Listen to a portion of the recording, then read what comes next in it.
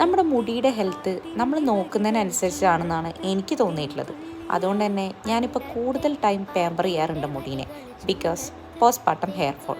അപ്പോൾ ഇന്ന് നമുക്ക് ഹെൽത്തി ആയിട്ടുള്ളൊരു ഹെയർ മാസ്ക് നോക്കിയാലോ.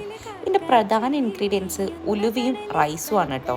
പിന്നെ എൻ്റെ വീട്ടിൽ കുറച്ചധികം ചെമ്പരത്തി ഉള്ളതുകൊണ്ട് തന്നെ ഏത് ഹെയർ മാസ്ക് അപ്ലൈ ചെയ്യുമ്പോഴും ഞാൻ അതിലേക്ക് ചെമ്പരത്തിയും കൂടെ ആഡ് ചെയ്യാറുണ്ട്, which is good for hair അല്ലേ. അപ്പോൾ ഇതാ എല്ലാം കൂടെ ഞാനൊന്ന് അരച്ചെടുക്കുന്നുണ്ട്. നല്ല ഫൈൻ പേസ്റ്റ് ആക്കിയിട്ടാണ് അരച്ചെടുത്തിട്ടുള്ളത്. കുറച്ച് ലൂസ് കൺസിസ്റ്റൻസി ആകുമ്പോൾ അതെല്ലാം കൂടെ ഒലിച്ച് താഴേക്ക് വരുന്ന പോലെ എനിക്ക് തോന്നാറുണ്ട്. അതുകൊണ്ട് തന്നെ കുറച്ചൊരു കട്ടി തിക്ക് കൺസിസ്റ്റൻസിയിലാണ് ഞാൻ എപ്പോഴും അപ്ലൈ ചെയ്യാറുള്ളത്. പിന്നെ ഞാനത് 1 മണിക്കൂറൊക്കെ വെക്കും കേട്ടോ. നമ്മൾ ശരിക്കും ഇന്ന് ഹെയർ മാസ്ക് അപ്ലൈ ചെയ്താൽ നമുക്ക് ശരിക്കും റിസൾട്ട് കാണാൻ പറ്റുന്നത് നാളെ ആയിരിക്കും.